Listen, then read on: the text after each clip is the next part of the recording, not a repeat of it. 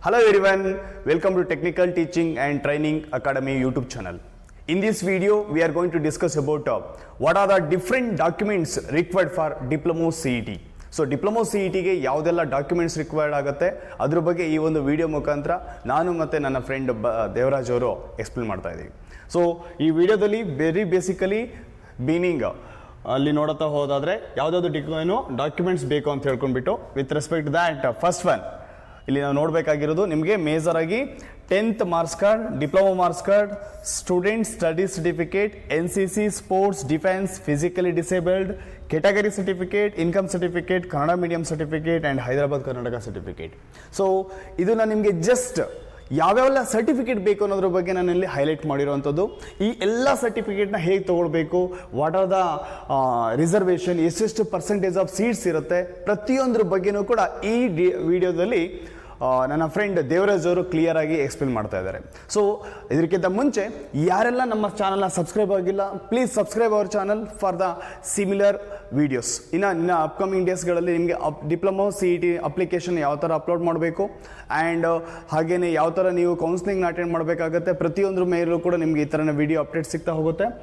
ಜೊತೆಗೆ ನಮ್ಮ ಅಕಾಡೆಮಿ ಕಡೆಯಿಂದ ನಿಮಗೆ ಯೂಟ್ಯೂಬ್ನಲ್ಲಿ ಫ್ರೀ ವಿಡಿಯೋ ಕ್ಲಾಸಸ್ ಕೂಡ ನಾವು diploma C E T classes ಕೂಡ ಅಪ್ಲೋಡ್ ಮಾಡ್ತಾ ಇದ್ದೀವಿ. ಅದ್ರ ವೀಡಿಯೋಸು ಕೂಡ ನಿಮಗೆ ಮುಂದಿನ ದಿನಗಳಲ್ಲಿ ಅಪ್ಡೇಟ್ ಆಗ್ತಾ ಬರುತ್ತೆ. ಸೊ ಇದಕ್ಕಿಂತ ಮುಂಚೆ ನಾವು ಪ್ರೀವಿಯಸ್ ವಿಡಿಯೋನಲ್ಲಿ diploma C E T point of view mathematics vectors ಟಾಪಿಕ್ಸ್ನ ಇವೊಂದು ಮ್ಯಾಟ್ರಿಕ್ಸ್ ಆ್ಯಂಡ್ ಡಿಟರ್ಮಿನೆಂಟ್ಸ್ ಟಾಪಿಕ್ಸ್ನ ಅಪ್ಲೋಡ್ ಮಾಡಿದ್ದೀವಿ. ನೀವು ನಮ್ಮ ಯೂಟ್ಯೂಬ್ ಚಾನಲಲ್ಲಿ ವಾಚ್ ಮಾಡ್ತಾ ಹೋಗ್ಬೋದು. ಜೊತೆಗೆ ನಮ್ಮ ಒಂದು ಅಕಾಡೆಮಿನಲ್ಲಿ ದಿಸ್ 16th 16ನೇ ತಾರೀಕಿನಿಂದ ನಾವು DCET crash course coaching classes ಕೂಡ ಕಂಡಕ್ಟ್ ಮಾಡ್ತಾ ಇದ್ದೀವಿ.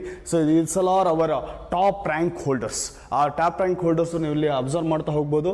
And these students got seats in top engineering colleges. Addition ಆಗಿ ನಮ್ಮ ಅಕಾಡೆಮಿ ಮುಖಾಂತರ ನಿಮಗೆ ಮೆಟೀರಿಯಲ್ಸ್ ಕೂಡ ಪ್ರೊವೈಡ್ ಮಾಡ್ತಾ ಇದ್ದೀವಿ. ಅವೆಲ್ಲ ಮೆಟೀರಿಯಲ್ಸು ಕೂಡ ಅಮೆಝಾನ್, ಫ್ಲಿಪ್ಕಾರ್ಟ್, ಇವನ್ ನಮ್ಮ ವೆಬ್ಸೈಟಲ್ಲೂ ಕೂಡ TTT ಅಕಾಡೆಮಿ ವೆಬ್ಸೈಟಲ್ಲೂ ಕೂಡ ಅವೈಲೇಬಲ್ ಇದೆ. ಸೊ ಜೊತೆಗೆ ನಮ್ಮನ್ನು ಡೈರೆಕ್ಟಾಗಿ ನೀವು ಕಾಂಟ್ಯಾಕ್ಟ್ ಮಾಡೋದ್ರಿಂದ ನೀವು ಈ ಕ್ರ್ಯಾಶ್ ಕೋರ್ಸಿಗೆ ಜಾಯ್ನ್ ಆಗ್ಬೋದು. ಈ ಒಂದು ಆ ಫ್ಲಿಪ್ಕಾರ್ಟ್, ಅಮೆಝಾನ್ ಪ್ರತಿಯೊಂದು ಕೂಡ ಬುಕ್ಸ್ ಅವೈಲಬಿಲಿಟಿ ಇರುವಂಥ ಲಿಂಕ್ನ ಕೂಡ ನಾನು ಈ ಒಂದು ವಿಡಿಯೋ ಡಿಸ್ಕ್ರಿಪ್ಷನ್ಸಲ್ಲಿ ಹಾಕಿದ್ದೀವಿ. Please check that. ಅದನ್ನು ನೀವು ತೊಗೊಳ್ಳೋ ಮುಖಾಂತರ ಅಲ್ಲಿ ಕ್ಲಿಕ್ ಮಾಡ್ಕೊಂಡ್ಬಿಟ್ಟು ನೀವು ಬುಕ್ನ ಆನ್ಲೈನಲ್ಲಿ ನಿಮ್ಮ ಮನೆಗೆ ತಲುಪೋ ಹಾಗೆ ನೀವು ಮಾಡ್ಕೊಳ್ಬೋದು. ಸೊ ಈ ಒಂದು ವಿಡಿಯೋನ ದೇವರಾಜ್ ಅವರು ಕಂಟಿನ್ಯೂ ಮಾಡ್ತಾ ಇದ್ದಾರೆ. ಯಾವೆಲ್ಲ ಡಾಕ್ಯುಮೆಂಟ್ಸ್ ಬೇಕು, ಏನೇನೋ ಬಗ್ಗೆ ಡೀಟೇಲ್ಸ್ ಆಗಿ ದೇವರಾಜ್ ಅವರು ಎಕ್ಸ್ಪ್ಲೇನ್ ಮಾಡ್ತಾ ಇದ್ದಾರೆ. Please proceed Devaraj. Thank you. Document for DCET exam ಅಂದರೆ ಎಷ್ಟೋ ಜನ ಡಿಪ್ಲೊಮೊ ವಿದ್ಯಾರ್ಥಿಗಳು ಯಾರೆಲ್ಲ ಈ DCET ಎಕ್ಸಾಮ್ಗೆ ಅಪಿಯರ್ ಆಗ್ತಾರೋ ಅವ್ರಿಗೆ ಕಾಮನ್ ಆಗಿರುವಂಥ ಗೊಂದಲಗಳು, ಯಾವ್ಯಾವ ಡಾಕ್ಯುಮೆಂಟನ್ನು ನಾವು ಪ್ರೊಡ್ಯೂಸ್ ಮಾಡಬೇಕು ಮತ್ತು ಯಾವ್ಯಾವ ರಿಸರ್ವೇಷನ್ಸ್ ಇದೆ, ಯಾವ ರಿಸರ್ವೇಷನ್ಗೆ ನಾವು ಯಾವ ಡಾಕ್ಯುಮೆಂಟನ್ನು ಪ್ರೊಡ್ಯೂಸ್ ಮಾಡಬೇಕು. ಸೊ ಈ ಗೊಂದಲಗಳು ಕಾಮನ್ ಆಗಿ ಎಲ್ಲ ಕ್ಯಾಂಡಿಡೇಟ್ಸಲ್ಲೂ ಇರ್ತಕ್ಕಂಥದ್ದು. ಸೊ ಅದಕ್ಕೋಸ್ಕರ ಆ ಎಲ್ಲ ಡೌಟ್ಗಳಿಗೆ ಒಂದು ಕ್ಲಾರಿಫಿಕೇಷನ್ ಆಗಿ ಇವತ್ತಿನ ವಿಡಿಯೋ ನಿಮಗೋಸ್ಕರ. ಮೊದಲನೇದಾಗಿ common documents for all the candidates ಅಂದರೆ ಯಾರೆಲ್ಲ ಅಪಿಯರ್ ಆಗ್ತಿದ್ದೀರಾ DCET ಎಕ್ಸಾಮ್ಸ್ಗೆ, ಸೊ ಅವ್ರಿಗೆ ಸಬ್ಮಿಟ್ ಮಾಡಬೇಕಾಗಿರ್ತಕ್ಕಂಥ common documents that is your SSLC 10th marks card and then diploma all semester ಅಂದರೆ ನೀವು ಎಷ್ಟು ಸೆಮ್ ಮಾಡಿರ್ತೀರೋ ಅಷ್ಟು ಸೆಮಿಸ್ಟರ್ ಮಾರ್ಕ್ಸ್ ಕಾರ್ಡನ್ನು ನೀವು ಪ್ರೊಡ್ಯೂಸ್ ಮಾಡಬೇಕಾಗುತ್ತೆ. ಜೊತೆಗೆ ಕ್ಯಾಂಡಿಡೇಟ್ಸ್ ಸ್ಟಡೀಸ್ ಸರ್ಟಿಫಿಕೇಟ್ ಅಂದರೆ ನೀವು ಕಾಲೇಜಲ್ಲಿ ಓದಿರ್ತಕ್ಕಂಥದ್ದು ಸ್ಟಡಿ ಸರ್ಟಿಫಿಕೇಟನ್ನು ಅಷ್ಟು ವರ್ಷದ್ದು ಸಹ ನೀವು ಪ್ರೊಡ್ಯೂಸ್ ಮಾಡಬೇಕು. ಸೊ ಈ ಮೂರೂ ಸಹ ನಿಮಗೆ ಕಾಮನ್ ಡಾಕ್ಯುಮೆಂಟ್ಸ್ ಪ್ರತಿಯೊಂದು ವಿದ್ಯಾರ್ಥಿನೂ ಪ್ರತಿಯೊಂದು ಕ್ಯಾಂಡಿಡೇಟು ಸಹ ಪ್ರೊಡ್ಯೂಸ್ ಮಾಡಬೇಕು. ಇದಾದ ನಂತರ ರಿಸರ್ವೇಷನ್ ಅಂತ ಬಂದಾಗ ಎಷ್ಟೊಂದು ಕ್ರೈಟೀರಿಯಾಸ್ ಇದೆ. ನಿಮಗೆ NCC ರಿಸರ್ವೇಷನ್ ಆಗಿರ್ಬೋದು, ಸ್ಪೋರ್ಟ್ಸ್ ಕೋಟಾ ಆಗಿರ್ಬೋದು, SC ST, ಸೊ ಹಲವಾರು ರಿಸರ್ವೇಷನ್ಸ್ ಇದೆ. ಸೊ ಮೊದಲನೇದಾಗಿ ರಿಸರ್ವೇಷನ್ ಫಾರ್ NCC ಕೆಡೆಟ್ಸ್ ಅಂದರೆ ಯಾರೆಲ್ಲ NCCಯನ್ನು ಮುಗಿಸ್ಕೊಂಡು ನಿಮ್ಮ ಕ್ಲಾಸಲ್ಲಿ, ನಿಮ್ಮ ಸ್ಕೂಲ್ಗಳಲ್ಲಿ ಮತ್ತು ಕಾಲೇಜಲ್ಲಿ NCCನ ಮುಗಿಸಿರ್ತೀರೋ ಸೊ ಅವ್ರಿಗೆ NCC ರಿಸರ್ವೇಷನ್ ಅನ್ನೋದು ಒಂದು ಕೋಟಾ ಇದೆ. ಸೊ ಅದಕ್ಕೆ ಏನೇನು ಡಾಕ್ಯುಮೆಂಟು, ಏನೇನು ಕ್ವಾಲಿಫೈ ಆಗಿರಬೇಕು, ನೀವು B or C ಸರ್ಟಿಫಿಕೇಟನ್ನು ತೊಗೊಂಡಿರಬೇಕು. ಸೊ ನಿಮ್ಮ NCCಲಿ B ಸರ್ಟಿಫಿಕೇಟು ಅಥವಾ C ಸರ್ಟಿಫಿಕೇಟನ್ನು ಪಡ್ಕೊಂಡಿರಬೇಕು. ಇದ್ರ ಜೊತೆಗೆ ನೀವು ಅಚೀವ್ಮೆಂಟ್ಸನ್ನು ಮಾಡಿರಬೇಕು. ನಿಮ್ಮ NCC ಆ ಪೀರಿಯಡಲ್ಲಿ ಅಚೀವ್ಮೆಂಟ್ಸ್ ಏನಾಗಿರಬೇಕು, ತಲ್ಸೈನಿಕ್ ಕ್ಯಾಂಪ್ ಅಟೆಂಡ್ ಮಾಡಿರಬೇಕು ಅಥವಾ RD ಕ್ಯಾಂಪ್ ಅಟೆಂಡ್ ಮಾಡಿರಬೇಕು ಅಥವಾ ಶೂಟಿಂಗ್ ಚಾಂಪಿಯನ್, ಮೌಂಟೇನರಿಂಗ್, YEP ಅಂದರೆ ಯೂತ್ ಎಕ್ಸ್ಚೇಂಜ್ ಪ್ರೋಗ್ರಾಮ್ ಆದರೂ ಅಟೆಂಡ್ ಮಾಡಿರಬೇಕು. ಅದಾದ ನಂತರ ಅಟ್ಯಾಚ್ಮೆಂಟ್ ಕ್ಯಾಂಪ್ಸ್, ನಿಮ್ಮ IMA ಅಟ್ಯಾಚ್ಮೆಂಟ್ ಆಗಿರ್ಬೋದು, OTA ಅಟ್ಯಾಚ್ಮೆಂಟ್ ಅಥವಾ ಎನಿ ಅದರ್ ಅಟ್ಯಾಚ್ಮೆಂಟ್ ಕ್ಯಾಂಪನ್ನು ಮಾಡಿರೋರು ಸಹ ಈ ಒಂದು NCC ರಿಸರ್ವೇಷನ್ ಕೋಟಾಗೆ ಎಲಿಜಿಬಲ್ ಆಗ್ತೀರಾ. ಸೊ ಈ NCC ರಿಸರ್ವೇಷನ್ ಕೋಟಾ ಬರೀ B ಆ್ಯಂಡ್ C ಸರ್ಟಿಫಿಕೇಟ್ ಮಾತ್ರ ಪಡ್ಕೊಂಡಿದ್ರೆ ಅಪ್ಲೈ ಮಾಡ್ಬೋದಾ? ಖಂಡಿತವಾಗ್ಲೂ ಅಪ್ಲೈ ಮಾಡ್ಬೋದು. ಆದರೆ ಮೊದಲ ಆದ್ಯತೆ ಯಾರೆಲ್ಲ ಅಚೀವ್ಮೆಂಟ್ಸನ್ನು ಮಾಡಿರ್ತಾರೋ ಅವ್ರಿಗೆ ಮೊದಲ ಆದ್ಯತೆ ಕೊಡೋದಕ್ಕೆ ಬಹಳ ಸಾಧ್ಯತೆಗಳಿದೆ. ಸೊ ಈ ರಿಸರ್ವೇಷನ್ ನೀವು ಅಪ್ಲೈ ಮಾಡಬೇಕು ಅಂದರೆ ಇಷ್ಟು ಡಾಕ್ಯುಮೆಂಟ್ಸನ್ನು ಸಹ ನೀವು ಪ್ರೊಡ್ಯೂಸ್ ಮಾಡಬೇಕು. ನಿಮ್ಮ B certificate documents and then C certificate ಕಂಪಲ್ಸರಿಯಾಗಿ ಪ್ರೊಡ್ಯೂಸ್ ಮಾಡಬೇಕು. ಆ್ಯಂಡ್ ದೆನ್ ನೀವು ಅಚೀವ್ಮೆಂಟ್ಸ್ ಮಾಡಿದರೆ ಆ ಅಚೀವ್ಮೆಂಟ್ಸ್ ಡಾಕ್ಯುಮೆಂಟನ್ನು ಸಹ ನೀವು ಪ್ರೊಡ್ಯೂಸ್ ಮಾಡಬೇಕಾಗತ್ತೆ. Next is reservation for sports. ಅಂದರೆ ನಾವು ಸ್ಪೋರ್ಟ್ಸ್ ಕೋಟಾದಿಂದ ಮಾಡಿದ್ದೀನಿ, ನಾನು ಸ್ಪೋರ್ಟ್ಸಲ್ಲಿ ಒಳ್ಳೆ ಅಚೀವ್ಮೆಂಟ್ಸನ್ನು ಮಾಡಿದ್ದೀನಿ ಅನ್ನೋದಾದರೆ ಅವ್ರಿಗೂ ಸಹ ರಿಸರ್ವೇಷನ್ಸ್ನ ಕೊಟ್ಟಿದ್ದಾರೆ. ಮೊದಲನೇದಾಗಿ A games and B games, ಅಂದರೆ ಯಾರೆಲ್ಲ ಕರ್ನಾಟಕವನ್ನು ಅಥವಾ ಭಾರತವನ್ನು ರೆಪ್ರೆಸೆಂಟ್ ಮಾಡಿದಾರೋ ಅಲ್ಲಿ ಅಚೀವ್ಮೆಂಟ್ ಮಾಡಿದಾರೋ A ಗೇಮ್ಸ್ ಮತ್ತು B ಗೇಮ್ಸಲ್ಲಿ, ಸೊ ಅವರು ಈ ಒಂದು ಸ್ಪೋರ್ಟ್ಸ್ ಕೋಟಾನ ರಿಸರ್ವೇಷನ್ನ ಪಡ್ಕೊಬೋದು.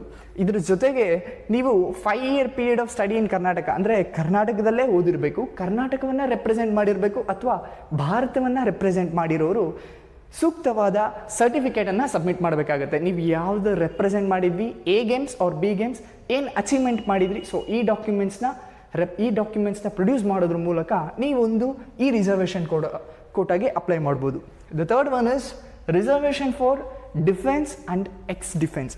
ಸೊ ನಮ್ಮ ತಂದೆ ಅಥವಾ ತಾಯಿ ಅಥವಾ ಎಕ್ಸ್ ಡಿಫೆನ್ಸ್, ನಮ್ಮ ತಂದೆ ತಾಯಿ ಯಾರಾದರೂ ಆರ್ಮಿಯಲ್ಲಿ ವರ್ಕ್ ಮಾಡ್ತಿದ್ರೆ ಅಥವಾ ಡಿಫೆನ್ಸ್ ಫೋರ್ಸಸಲ್ಲಿ ಕೆಳಗೆ ಬರ್ತಕ್ಕಂಥ ಯಾವುದೇ ಪೋಸ್ಟ್ಗಳಲ್ಲಿ ವರ್ಕ್ ಮಾಡ್ತಿರ್ಬೋದು, ಅಥವಾ ಇದು ಆಲ್ರೆಡಿ ವರ್ಕ್ ಆಗಿ ಅವರು ಮನೇಲಿ ಇರ್ತಕ್ಕಂಥದ್ದಾಗಿರ್ಬೋದು. ಸೊ ಎಕ್ಸ್ ಡಿಫೆನ್ಸ್ ಪರ್ಸನ್ ಆಗಿರ್ಬೋದು. ಸೊ ಇವರು ಮಕ್ಕಳನ್ನು ಸಹ ಈ ಒಂದು ex defence and defence reservation ಕೋಟಾಗೆ ಅಪ್ಲೈ ಮಾಡ್ಬೋದು. ಸೊ ಈ ಒಂದು ಕೋಟಾಗೆ ಅಪ್ಲೈ ಮಾಡಬೇಕಾದ್ರೆ ಏನು ಡಾಕ್ಯುಮೆಂಟ್ಸ್ ಬೇಕು?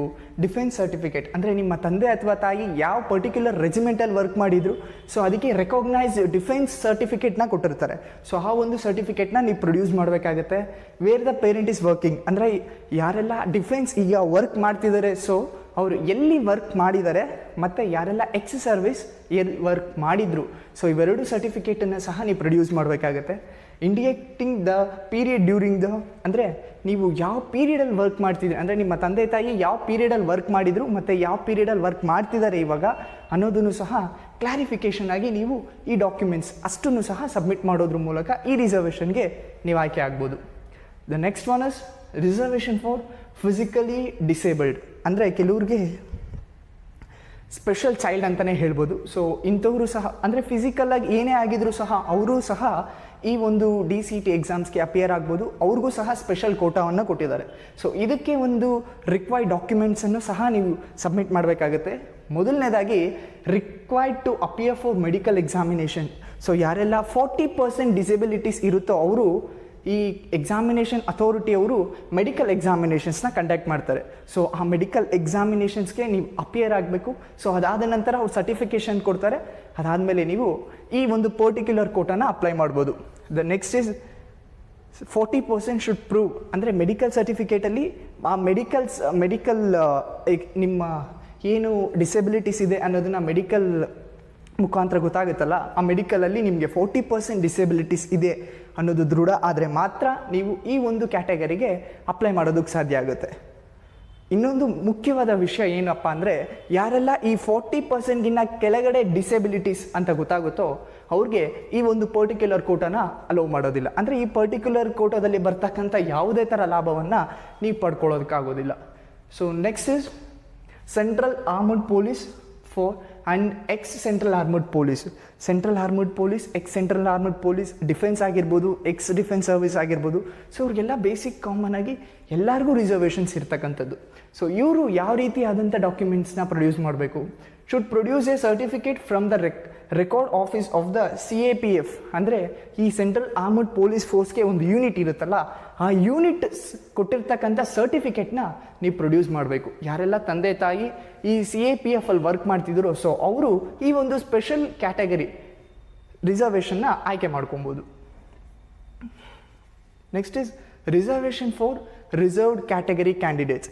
ಅಂದರೆ ಇದನ್ನು ಬಿಟ್ಟು ಈ NCC, sports, defence, armed forces, CAPF ಇವ್ರನ್ನೆಲ್ಲ ಬಿಟ್ಟು ಇನ್ನೂ ಕೆಲವರಿಗೆ ರಿಸರ್ವೇಷನ್ಸ್ನ ಕೊಡ್ತಾರೆ. That is OBC, SC ST, so OBC is other backward classes. So ಯಾರೆಲ್ಲ 1, 2A, 2B, 3A and 3B ಕ್ಯಾಟಗರಿಯಲ್ಲಿ ಬರ್ತಿರೋ, OBC ಕ್ಯಾಟಗರಿಯಲ್ಲಿ ಬರ್ತಿರೋ, ಸೊ ಅವರು ಈ ಒಂದು ರಿಸರ್ವೇಷನ್ಸ್ ಕೋಟಾನ ಅಪ್ಲೈ ಮಾಡ್ಬೋದು.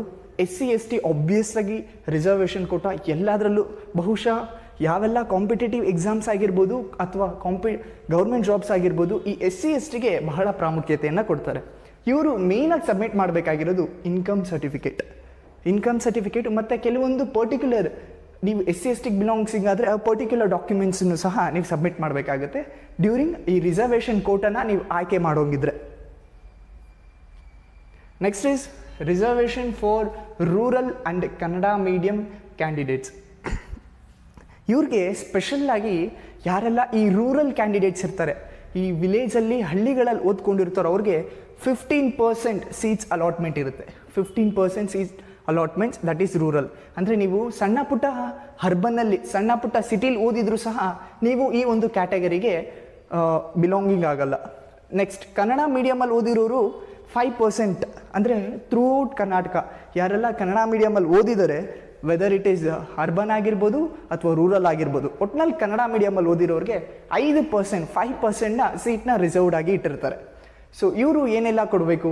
Candidates who have studied for 10, ಅಂದರೆ ನಿಮ್ಮ ಕಂಪ್ಲೀಟ್ 1ನೇ ತರಗತಿಯಿಂದ ಹಿಡಿದು 10ನೇ ತರಗತಿವರೆಗೂ ನೀವು Kannada ಮೀಡಿಯಮಲ್ಲೇ ಓದಿರಬೇಕು, ರೂರಲಲ್ಲೇ ಓದಿರಬೇಕು.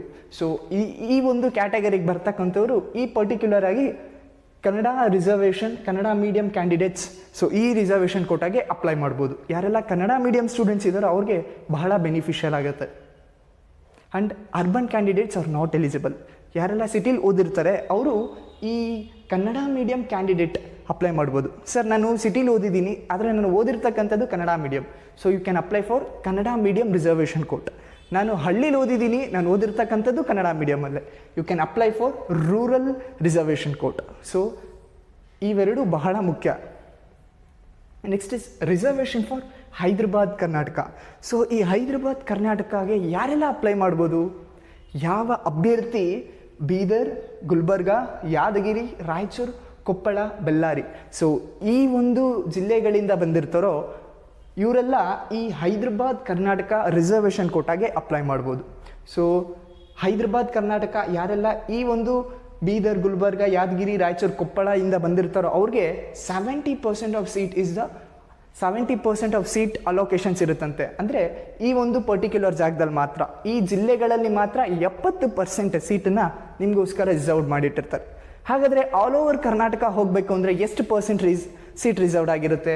8% of seat all over Karnataka ನಿಮಗೋಸ್ಕರ. ಅಂದರೆ ಹೈದ್ರಾಬಾದ್ ಕರ್ನಾಟಕ ಯಾರೆಲ್ಲ ರಿಸರ್ವೇಷನ್ ಕ್ಯಾಟಗರಿಗೆ ಅಪ್ಲೈ ಮಾಡ್ತಿದ್ದಾರೋ all over Karnataka 8% of state wise reservations ಇರುತ್ತೆ. ಸೊ ಇದಿಷ್ಟು ಇವತ್ತಿನ DCET ಡಾಕ್ಯುಮೆಂಟೇಷನ್ಸ್ ಮತ್ತು ರಿಸರ್ವೇಷನ್ಸ್ ಕುರಿತಂತೆ ಒಂದಷ್ಟು ಮಾಹಿತಿಗಳು.